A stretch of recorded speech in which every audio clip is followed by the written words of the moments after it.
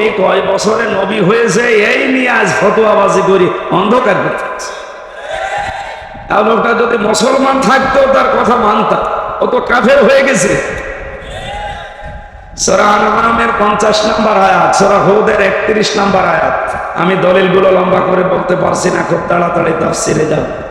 এই দুইটা আয়াত অনুযায়ী এদেশে আজ হাজারো মানুষ এই কথা যারা বলে আল্লাহর ধন রাসূলুল্লাহকে দিয়ে আল্লাহ গায়েব হয়ে গেছে, বিশ্বাস করে কেউ যদি মন থেকে কথা বলে তো কাফের।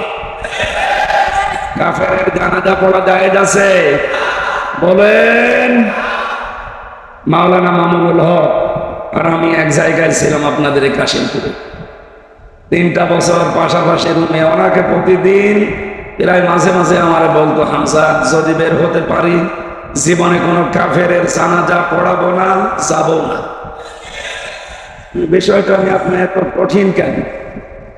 মনে আমার মাঝে মাঝে আমাকে ব্যাখ্যা দিতে, দেখো কাফেরের জানাজা পড়া জেনে শুনে কি হারাম, কথা বলে না কেন? রাসূলুল্লাহকে আল্লাহ নিষেধ করেছিলেন তার চাচা জানাজা পড়তে কবরে যেতে। সূরা তাওবার 113 নম্বর আয়াতে আল্লাহ দলিল দিয়েছে। সূরা তাওবা সূরা 80 নম্বর আয়াতে দলিল আছে। আল্লাহ পাক যদি রাসূলুল্লাহকে কথা বলতে পারে আপনার আপন চাচা আবু তালেব, তাও তার কবরের কাছে যেতে পারবেন না, দোয়া করতে পারবেন না, কারণ লোকটা মুশরিক। লোকটা কি?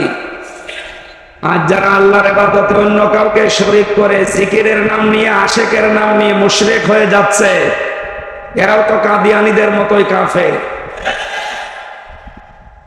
খ্রিস্টান মিশনারি কাদিয়ানীরা যা করছে নীরব আন্দোলনের মাধ্যমে, আর এরা সরব আন্দোলন শুরু করে ওরা ওদের কাজকে এগিয়ে দিচ্ছে।